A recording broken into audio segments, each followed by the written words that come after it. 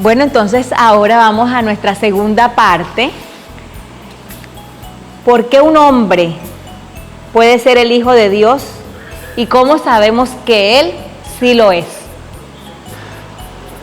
Si Dios es Dios, ¿por qué tuvo que hacerse hombre? Y una cierta lógica nos hace pensar a veces que no, que Dios no podría ser un hombre.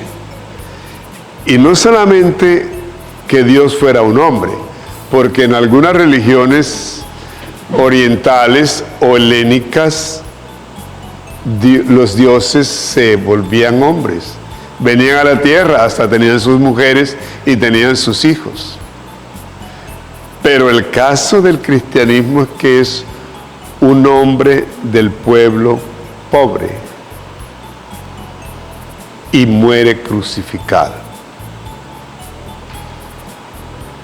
El Dios de Jesús le deja en la libertad total de asumirse en esa soberana libertad y por eso llegar hasta la muerte. Entonces, la pregunta que podemos hacernos, ser Dios es ser trascendental, es ser totalmente otro, y eso es verdad. Pero es totalmente otro el que Dios sea como Él quiere ser y no como nosotros queremos que sea. Y Dios quiso hacerse hombre. Primero es eso, don gratuito de Dios, hacerse carne en la historia. En segundo lugar, ¿por qué nos molesta que Dios sea un hombre? Muchas personas que rechazan a Jesucristo porque dicen, un hombre no puede ser Dios. La mayoría de algunas religiones no aceptan que Jesús sea Dios, sino un profeta. Por ejemplo, los musulmanes dicen, sí, es un profeta, un gran profeta, pero no, Dios no puede ser un hombre. Alá no puede estar encarnado en una persona. La pregunta es, ¿cuál es nuestra comprensión de lo que es ser humano? De manera que nosotros creamos y nos sintamos impedidos de pensar en la posibilidad de que Dios se encarne. Ciertamente, ser humano es ser parte de un cierto misterio. Somos, como seres humanos, también un misterio. No tenemos respuestas a muchas preguntas que nos hacemos. Nos hacemos preguntas fundamentales. ¿De dónde venimos? ¿Para dónde vamos? ¿Qué va a pasar con nosotros? Nos hacemos preguntas mucho más fundamentales. Y cuando nos morimos, ¿qué? Y podemos responder con cierta facilidad. Vamos para el cielo, vamos para el infierno, vamos para el purgatorio, vamos para aquí o para allá. Pero nos estamos ciertamente preguntando. Pero también los seres humanos vivimos situaciones duras. Hay una paradoja en el ser humano. Los seres humanos somos los seres capaces de la mayor sevicia y la mayor violencia. Los animales matan para subsistir. Los seres humanos matamos por poder, por dinero, por placer, por sevicia y por enfermedades psicológicas.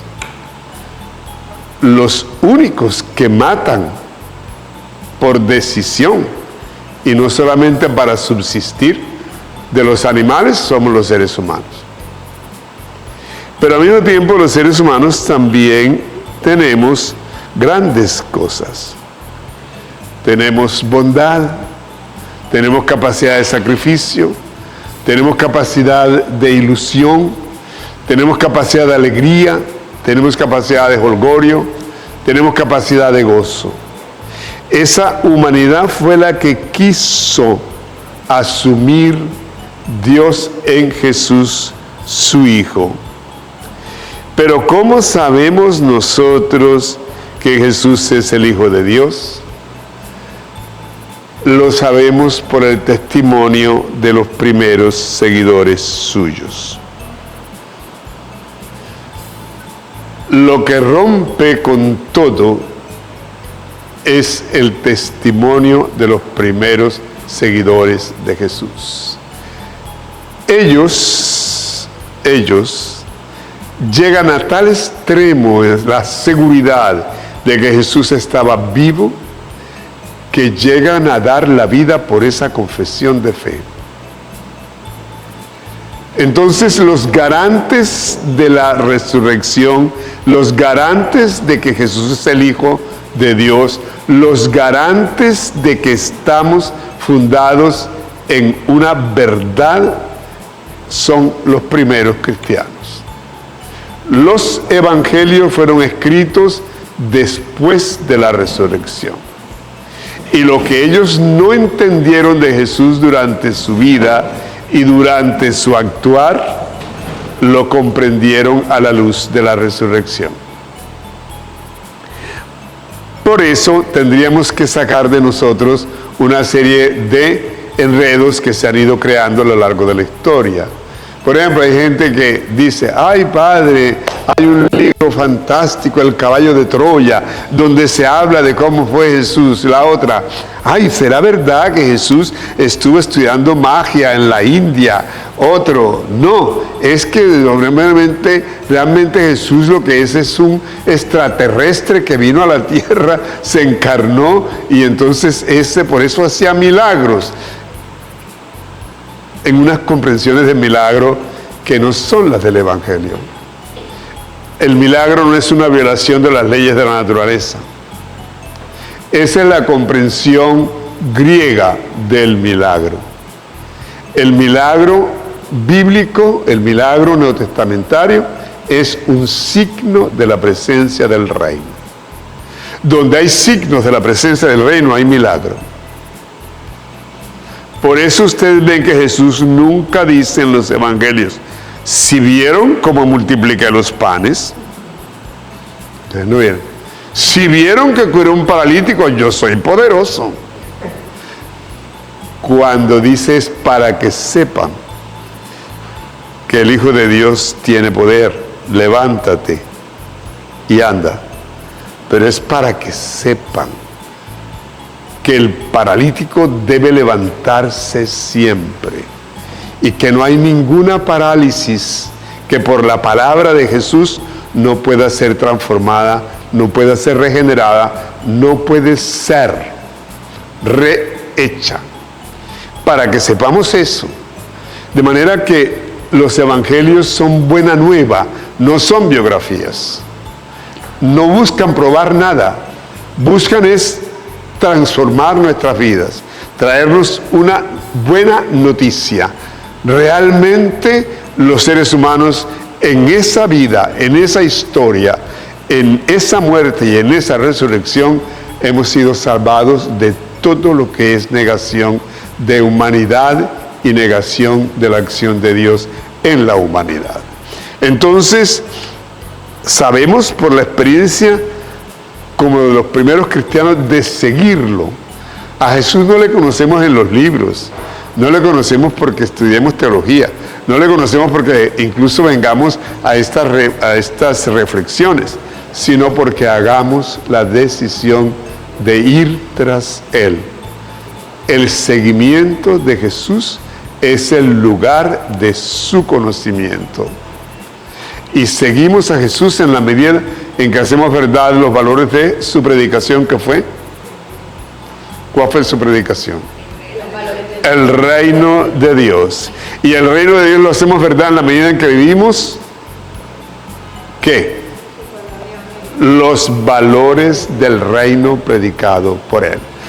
¿A qué valores hace referencia el reino? Entre muchos otros. Dijimos la justicia, la verdad, la fraternidad, la justicia, el perdón.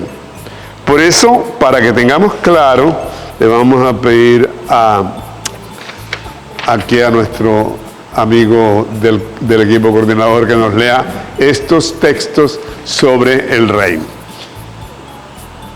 que nos hablan sobre la predicación de Jesús y la necesidad de estar próximos al Rey. Todos los textos los vamos a leer de una vez, porque es ese compromiso con el reino lo que hace que los primeros cristianos se vuelvan creíbles. Y ustedes y yo también nos hacemos creíbles en la medida en que vivimos los valores del reino. Si no los vivimos, por eso ven ustedes los grandes conflictos que vive la humanidad actual. Fíjense que el reino es paz y el mundo hoy está montado sobre la violencia. Y los poderosos de este mundo dicen que se resuelve la paz con la violencia. Y hemos introyectado eso. Qué pena. No es cristiano. Eso lo está repitiendo el Papa León y lo había dicho antes Francisco. Lo había dicho antes Francisco con mucha fuerza. De manera que veamos cómo esa centralidad del reino en los mismos relatos evangélicos. Más bien busquen primeramente el reino de Dios y su justicia. Entonces todas estas cosas les serán añadidas. Mateo 6:33 dice: no tengan miedo, mi rebaño pequeño, porque es la buena voluntad del Padre darles el reino. Lucas 12:32 dice: Jesús dijo: dejen que los niños vengan a mí, no se lo impidan, porque el reino de los cielos es de quienes son como ellos. Mateo 19:14: te aseguro que quien no nazca de nuevo no puede ver el reino de Dios, dijo Jesús.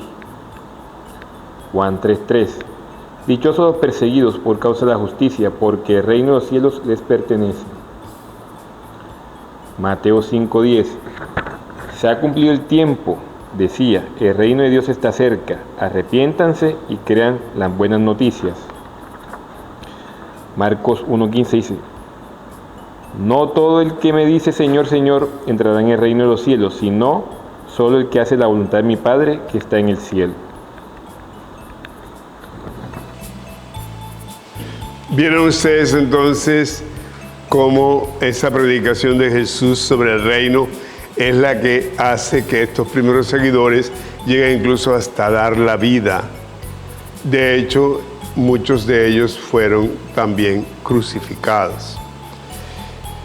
En definitiva, sabemos que Jesús es el Hijo de Dios por las cosas que hizo, por las cosas que dijo, por la manera como asumió el conflicto mayor que fue su muerte y por la respuesta que el Padre le dio en la resurrección. Es por todo lo que sucedió en Jesús de Nazaret que confesamos que Él es la irrupción de Dios en la historia. Que en su palabra Dios habló al hombre y en su muerte Dios venció la muerte, porque la respuesta a la muerte es la resurrección.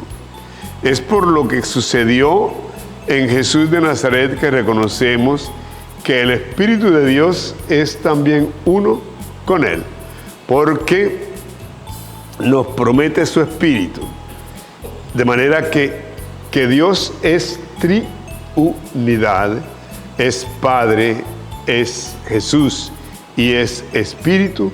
Nos lo reveló a nosotros Jesucristo. ¿Quién y cómo es Dios? Nos revela a nosotros Jesús de Nazaret. Dios es comunidad. Por eso solamente en la medida en que construimos comunión, comunidad, estamos realizándonos como imagen de Dios.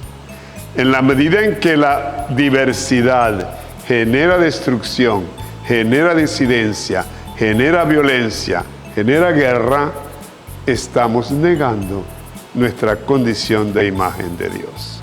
El Dios que nos reveló Jesús es la comunión de los divinos tres en la unidad de la diversidad. Tristemente, hemos tenido a veces un Dios uno, un Dios uno, que no integra la comunión de la diversidad.